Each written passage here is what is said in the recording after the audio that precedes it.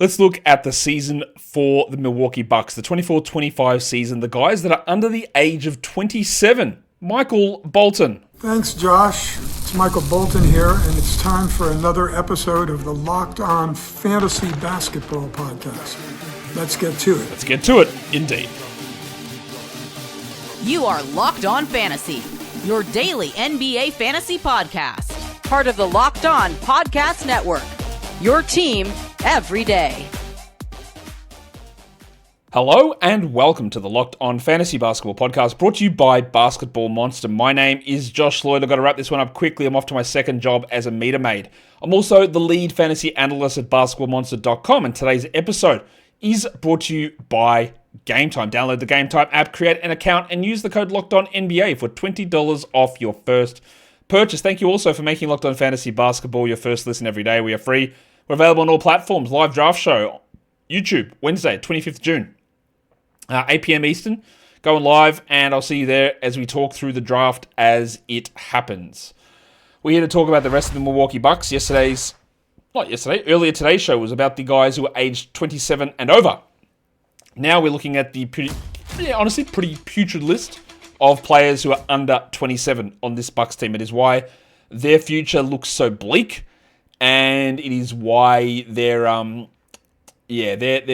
fantasy value and their off-season is realistically just all over the shop, because there are just so many ways or things that can change and without great options to fill them. Let's talk about a guy that, on the surface, I guess it seems like he could be a good option. And that player, of course, is our cousin, Kevin Porter Jr. He's on a minimum contract with the Clippers with a player option, so he's got that minimum contract player option with Milwaukee, which he can pick it up. He almost certainly won't. And then, if he doesn't, he's an unrestricted free agent, and the Bucks don't have bird rights. And they are $70 million over the salary cap, meaning the only way they can sign him is by using the non-taxpayer mid-level exception, which is about $14 million. The problem with that idea is that they also have other players who they signed at minimum contracts who are also going to be in the mix for that. And one of them is Taurean Prince, and one of them is Gary Trent, because they all signed those one-year minimum deals, meaning if they're going to re-sign in Milwaukee, they can't use bird rights to get them back, meaning that the only way they can get them is by signing them to those mid-level exception numbers. So they can't bring them all back, and if they prioritize Trent or Prince over Porter, he's gone. And I don't think he's taking a minimum contract and coming back, because they don't have that huge amount of space or huge amount of exceptions given the amount of players competing for it. So while theoretically we could look at Kevin Porter and go, well, Damian Lillard's out all season, he's going to be in for a really interesting position. And I thought that he did look much better in Milwaukee. And for the Clippers, he was terrible. You look at his Darko and drip deltas, like 7th and 1st percentile, like one of the worst performers of the year, and I understand that. His time on ball was really high. He's a high offensive load guy, high passing volume, averaged 10, 3.5, and 3.5 with 1 steal, shot 31 from 3. But this is what he is. He's a poor decision-making player. He's a poor passing decision-making player. He's a poor shot decision-making player. He's a high-usage ball hog. He takes terrible contested twos, and he's not a good outside shooter, nor is he a good free throw shooter. That's a terrible combination. But he does have these innate shot-making skills and scoring skills and athleticism and dynamism at times. He's only 25. But we saw some good from him. We also saw some horrendous, even in his time in Milwaukee. Like I said, he was 134th during that time. And if he did come back and he was the starting point guard playing 32 minutes a night, we would actually be interested in him in fantasy, more in points leagues, because his turnovers, field goals, free throws, all those issues which are not really getting fixed, they don't matter that much in points leagues. In category leagues, you can work around them, and you've got to be able to understand and do that. But who knows if he comes back? He also, when Lillard went down, he wasn't the immediate benefactor. It was Ryan Rollins, and they sort of went back and forth on those guys. And Doc Rivers played the hot hand a lot, and I wouldn't say that Kevin Porter is a good enough player where the hot hand wouldn't come into play again. So you might have Kevin Porter, and you've held through his off-court incidences, and you thought, well, now it's paying off. I've got this opportunity. He's got this opportunity. He's 24. He's going to establish himself. We're off. But also maybe not. In fact, most likely not. Because first of all, you need him back in Milwaukee.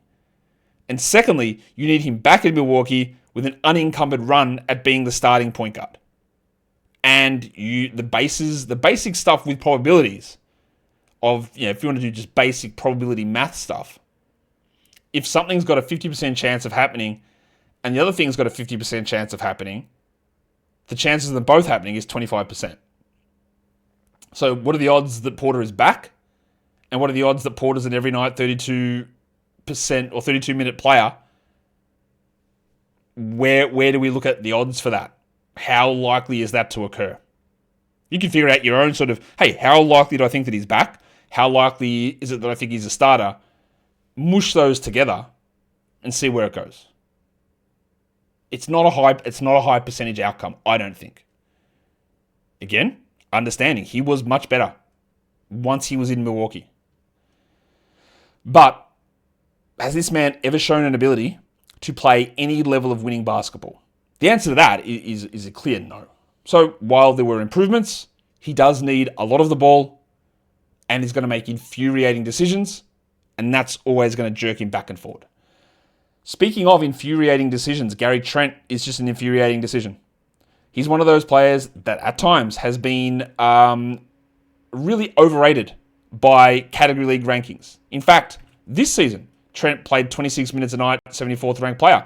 I've got him ranked 293rd. Yahoo totals, 126th, meaning a must roster player. Lol. Trent averaged 11 points. He had 2.4 threes and he hit him at 42%. That's excellent. I wish we could rely upon 40% three-point shooting from him every season. We can't, but he's a good shooter. 1 steal, 1 assist, 2 rebounds, never a block, bad field goals, doesn't attempt free throws. Oh, come on, man. His deflection numbers are strong. His usage was not particularly high. He can't pass. I thought that he also was quite poor to begin the season and improved as the season went on. He looked better. But again, when we talked with Kevin Porter, how confident would you feel? Prince might go and maybe Trent is a starter, but how confident would you be that Gary Trent is locking in 30 minutes a night? And even if he does, what is he bringing you apart from threes and steals, I guess? But even that incredibly high steal rate from him only ever came under Nick Nurse in Toronto to that level. He's just not a fantasy option in 10 or 12 team leagues, or in points leagues, or in 14 team leagues, or in 16 team leagues. But I could see people getting sucked in. I could see him, if things break and he becomes the starter on this team because Prince left, Porter left, Dame's not there. You got Rollins, Trent, Kuzma, Giannis, center. Right? That's possible. He plays 32 minutes. He has 19 usage. He averages 14 points, 2.5 threes. There's just nothing else in any other area that I care that much about. He is 26 though. He feels like he is a million years older than that. I feel like we've been through Gary Trent, rookie, restricted free agency, unrestricted free agency, a million times already. He's already into the minimum salary portion of his career. Best case, can he be Malik Beasley? Yeah, possibly. But yeah, he was brought in this season to be Malik Beasley for the Bucks, and he couldn't be. So he's a player who flashes interesting stuff at times. I think a large part of it, he's a poor decision maker with the ball in his hands in terms of some of the shot stuff, and he's a gambler defensively. Not a good defender, a gambler. And sometimes that turns into steals, and sometimes you look like Rajon Rondo. So Gary Trent is again one of those players where rankings can overrate him. The 126th ranked player in Yahoo category totals is a clearly insane way to view him. It's just not realistic. So we see what happens with him. We see what happens with his free agency, where he ends up. But overall, I can't see Trent being any more than a bit part stream ball guy, even though he hasn't reached his peak. And the advanced stuff didn't like him at all this season. I think that drip one's a little harsh. But he's a very empty player who's a catch and shoot player who at times has tried to do more than that and can't do it. We've got more guys to talk about. Today's episode, though, is brought to you by the Game Time app. The NBA Finals, Game 3, is probably in the books by the time you are listening to this. You know the intensity, the buzzer beaters, they happen all through the playoffs. But you want to get into the arena. You want to get in where the action is. You feel the atmosphere of these big-time games, and that's where Game Time can come in. And And the prices on Game Time, they actually drop the closer you get to tip-off. So you've got those killer last-minute deals, you've got the great guarantees, you've got the panoramic seat views as well. Game Time is the place you need to go. It makes it ridiculously easy on the Game Time app. 2 taps and you're done, and that Game Time guarantee means that if you find a ticket, a better price in the same row or section, they credit you with 110% of the difference. So take the guesswork out of buying tickets with Game Time. Download the Game Time app, create an account, and use the code Locked On NBA for $20 off your first purchase. Terms apply. Again, create the account and redeem the code LOCKEDONNBA for $20 off. Download the Game Time app today. Last minute tickets, lowest price guaranteed. We're here talking about the Bucks and their under 27 players and their performance in the 24-25 NBA season. We've done Kevin Porter, we've done Gary Trent, and now it's time to talk about a player that I think probably is a little bit more interesting, and that is Ryan Rollins. You might have thought you got a steal with Rollins getting him off the waiver wire at when Damian Lillard went down, and there were periods of times when he was a steal. He averaged 6 points with only 2 assists, but that's across 15 minutes during the season. He averaged 13 fantasy points. He shot 41 from 3, 80 from the line, and 49 overall from the field. When Ryan Rollins was coming out of Toledo, drafted by the Golden State Warriors, he was considered one of the better pick-and-roll players in that draft class. He had some pretty good shooting numbers, some really good passing numbers. His defense, I think, has improved quite a lot in the NBA. And you'll notice, post-deadline, 247th. His improvement in drip delta, 100th percentile, because he was basically out of the league. Largely because he was arrested, but he was also basically out of the league. His deflection numbers are good.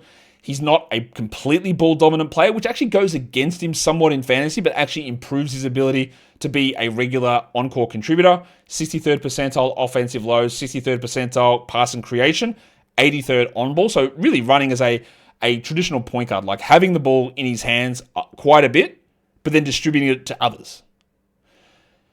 Those numbers, they tell some of the story. The shooting, solid. Field goals, solid. Free throw, solid. Blocks, steals, 0.8 in 15 is really good. 2 assists in 15 is not awesome, but I think that can be better. But it's going to just come down to what they do. I assume that he will be back. He's a restricted free agent, so Rollins should be back. But if Porter is back, it cuts into what he does. If they go into the season bringing Ryan Rollins back as their starter, again, they will be dooming themselves to a terrible season. But if that's the case, then we will draft Ryan Rollins. He might be a 12... Let's say 12, 4, and 6, 1.6 steals, 2 threes. If you are keen, and I am not, but if you were ever keen on drafting Tyus Jones with your last pick, and some of you go earlier on that, Ryan Rollins can be similar to that, I think. I think Rollins has got probably a little bit more passing juice than what Tyus does.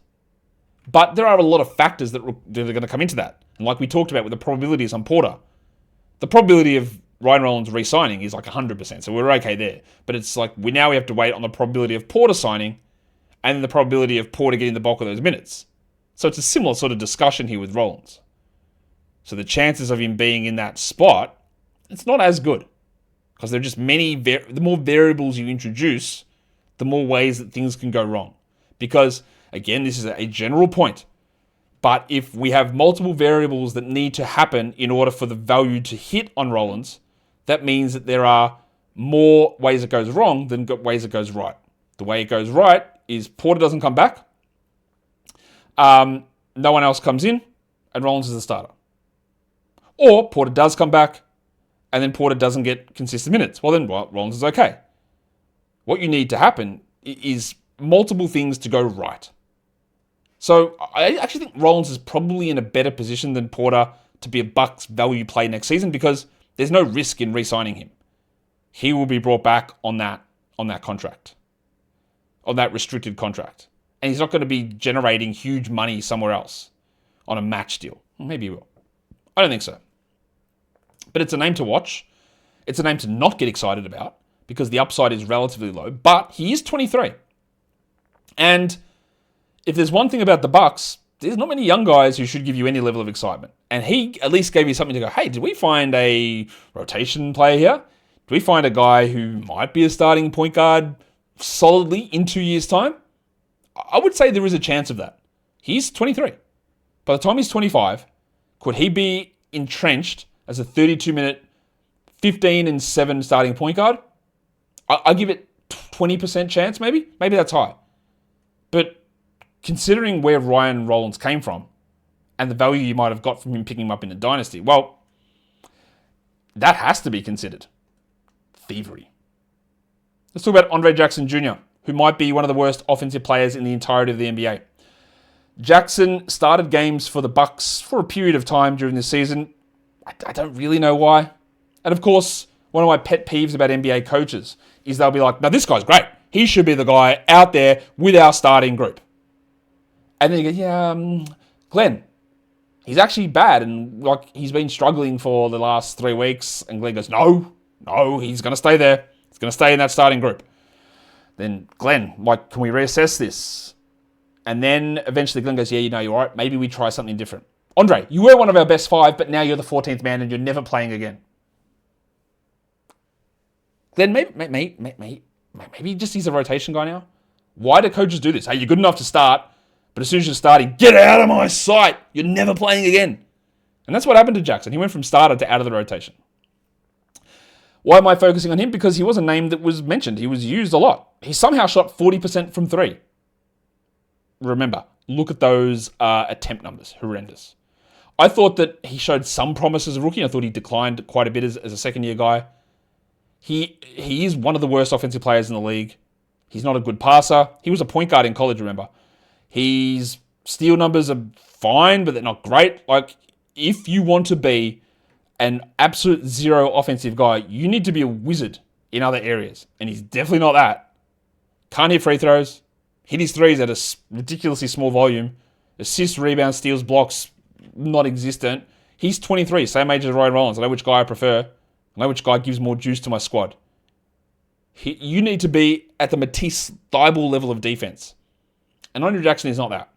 I guess he's athletic. He was in the dunk contest. But, yeah, he's got the ability to guard players, but I wouldn't say that he's necessarily good at it at this point. You'll notice that these young guys on the Bucks, they're not particularly great. Not good at all. Like Andre Jackson, the 367th ranked player. Right? And he was the 4th guy under the age of 27 that I'm talking about. Yeah, look, that's horrendous. He was 474th after the deadline when he barely played. The next guy, in terms of the Durant ranking list, that's under the age of 27, is someone that you may have gone, really? This guy? Jamari Boye, who was with the Heat originally, ended up with the Spurs for a bit. He really didn't play that much in Milwaukee. But his overall numbers of 3 points, 2 assists with 50% shooting meant that he was ranked 373rd in his 5 games. Boye showed some flashes at times with the Heat. He is an interesting point guard, pick and roll sort of operator. And this team clearly needed point guards. But, like, okay, we didn't get that. He played 5 games. He started one of them. Played 12 minutes a game. He's a two-way player. And that is all of the Jamari Boye information you're going to get. Interestingly, he actually ranked higher on a per-game basis than Big Boom AJ Green.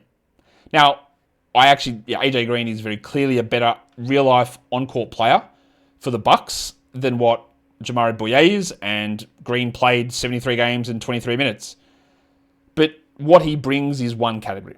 And that's okay. 2.1 threes. And he hit them at 43%. And he will continue to hit threes at a ridiculously high level for a long period of time. But when you combine to give me 2.1 assists, steals, and blocks, the old ASB, that's horrendous in 23 minutes. That's Ryan Anderson numbers. And then you add Gary Trent type rebounding of 2.4 onto it. Really, really poor. Poor defender, not a passer. Although he's not a bad passer. His impact stuff declined over the course of this season. There are opportunities for him. They cycled through Andre Jackson, Gary Trent, Taurean Prince, Kyle Kuzma,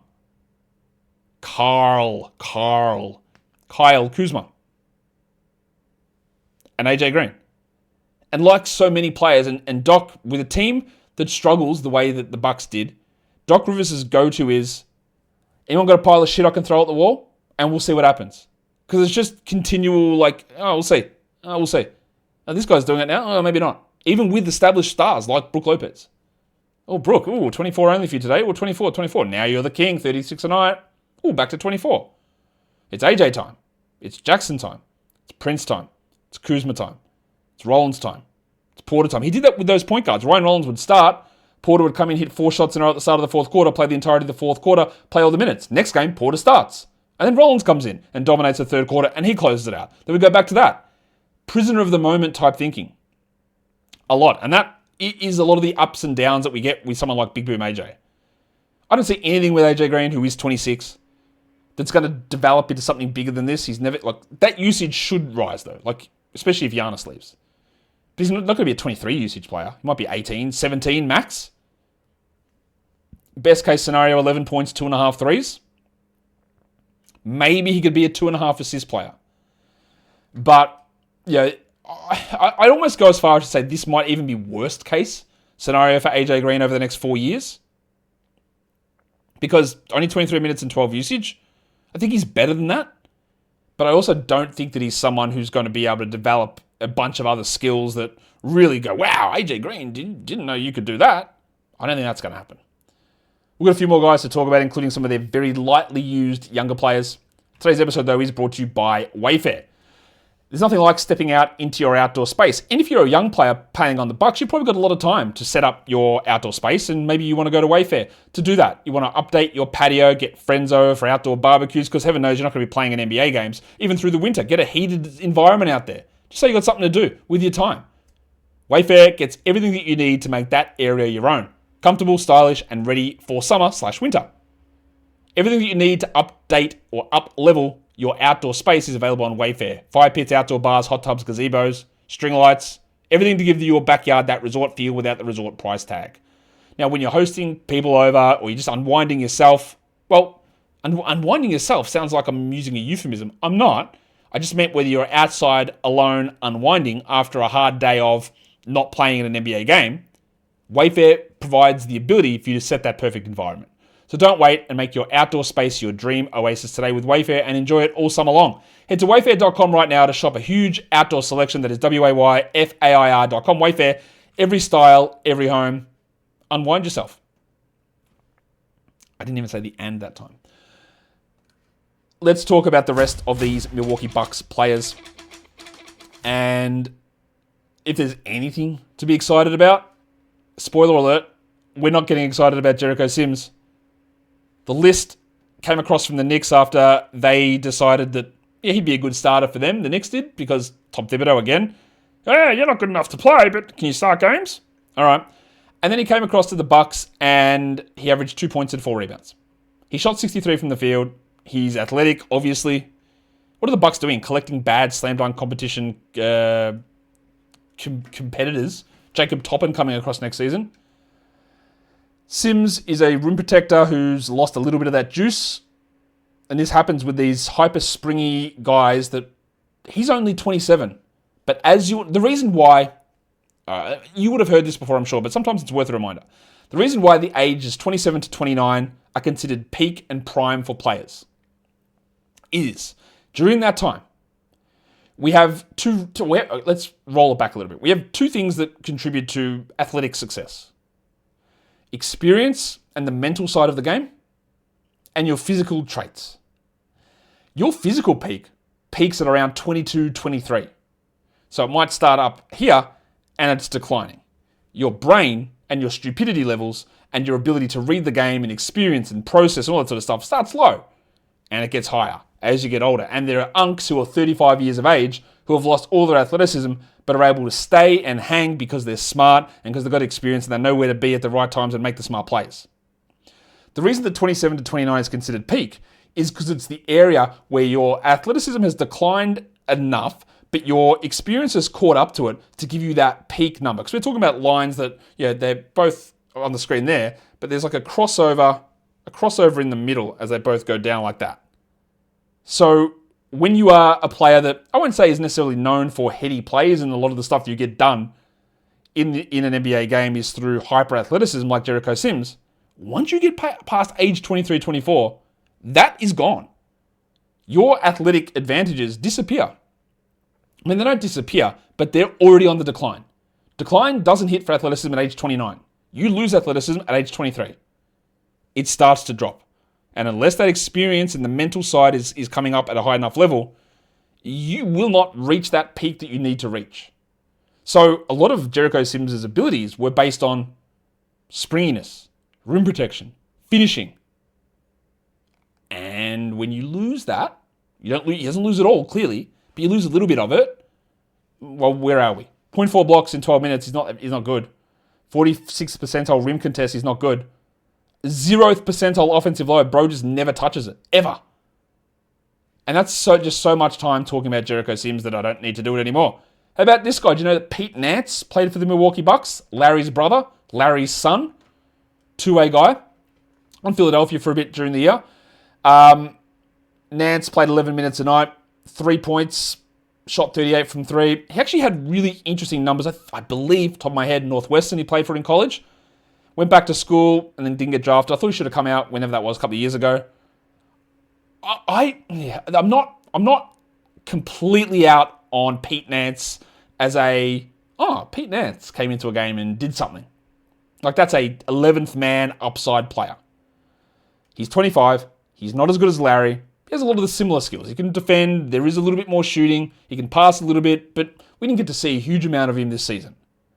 But if I was Milwaukee, and we know that their player development is usually pretty trash, I wouldn't be mad at just hanging on to Nance and seeing what he can do, and just seeing if there is something where you can get maybe a year out of him being a backup big man.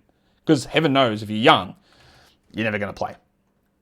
This next one is one of these players where I'm going to give a mea culpa. I'm also going to tell you why. Well, let's let it go, because we're talking about Tyus Smith. Not sure if you know this, but I hated last year's draft class. Didn't like it at all. Thought it was bad. Really bad. And once I got past my first couple of guys, I was really intrigued by Tyus Smith as a player. I had him as high as 5 on my draft board. Now, it was very clear that other people with intel into the league said he's not going to go that high. I said, that's cool. I don't care.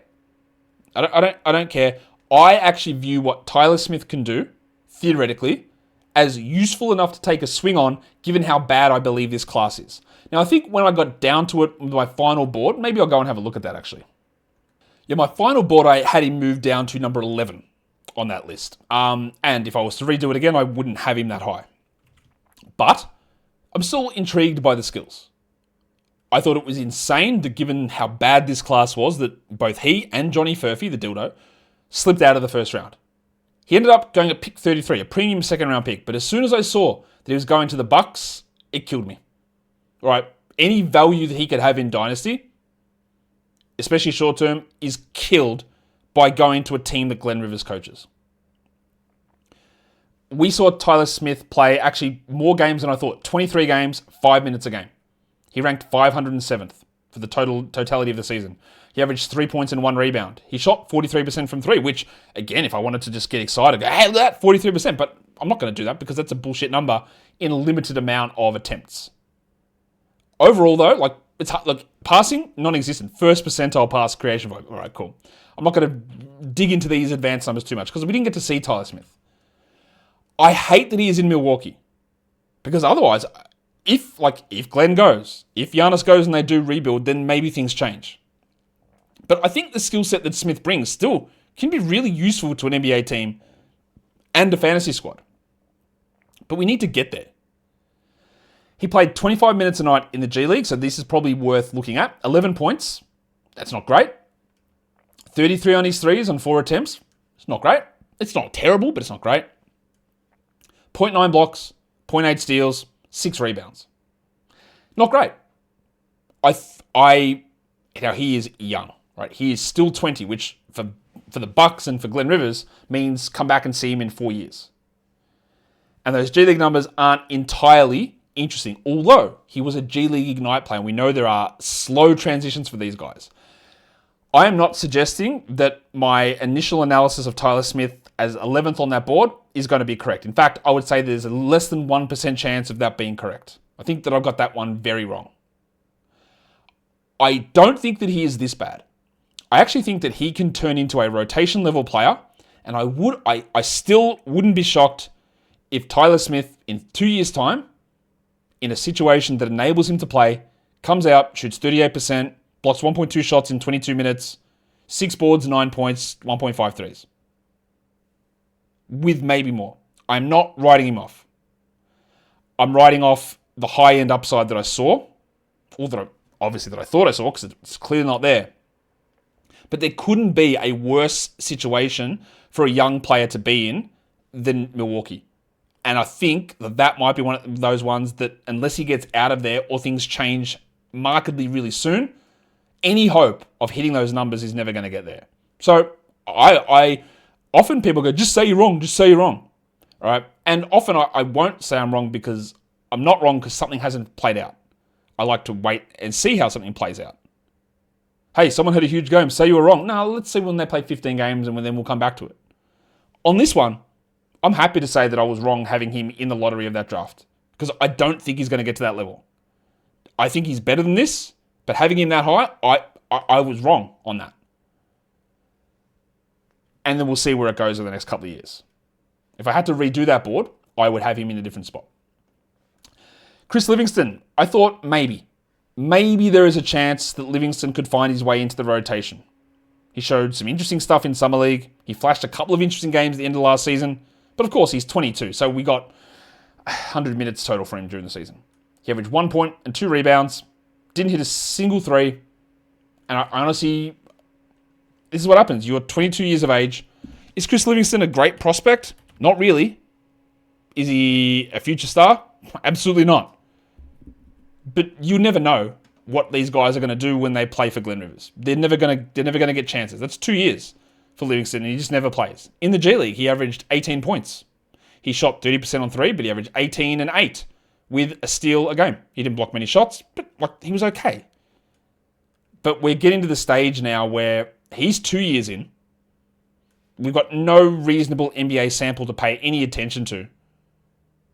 And I don't really know where it goes from here. And of course, the other guy who actually showed some flashes in Detroit as a two-way guy, Stanley Umude, came across on a two-way contract. He's restricted heading into the off-season. And he didn't play either. Under 100 minutes for him. 0.7 points. 537th ranked player. I just wanted to put him up because Stanley Umude is a fun name to say. And it's another example of Tyler Smith, Chris Livingston, Stanley Umude. They just don't play.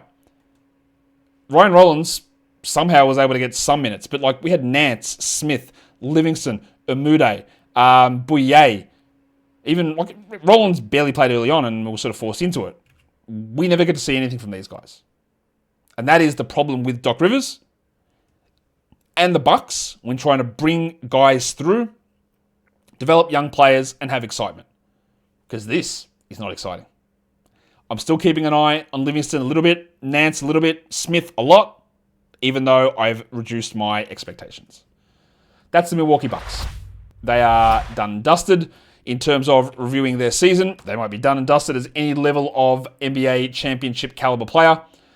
Tomorrow, or maybe today, we'll see how we go. We'll do the Golden State Warriors season review show. So stick around for that. And then after that, it will be Minnesota, the Lakers, the Clippers.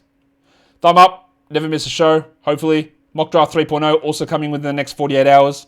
So stick around for that, guys. We are done here. Thank you so much for listening, everyone. See ya.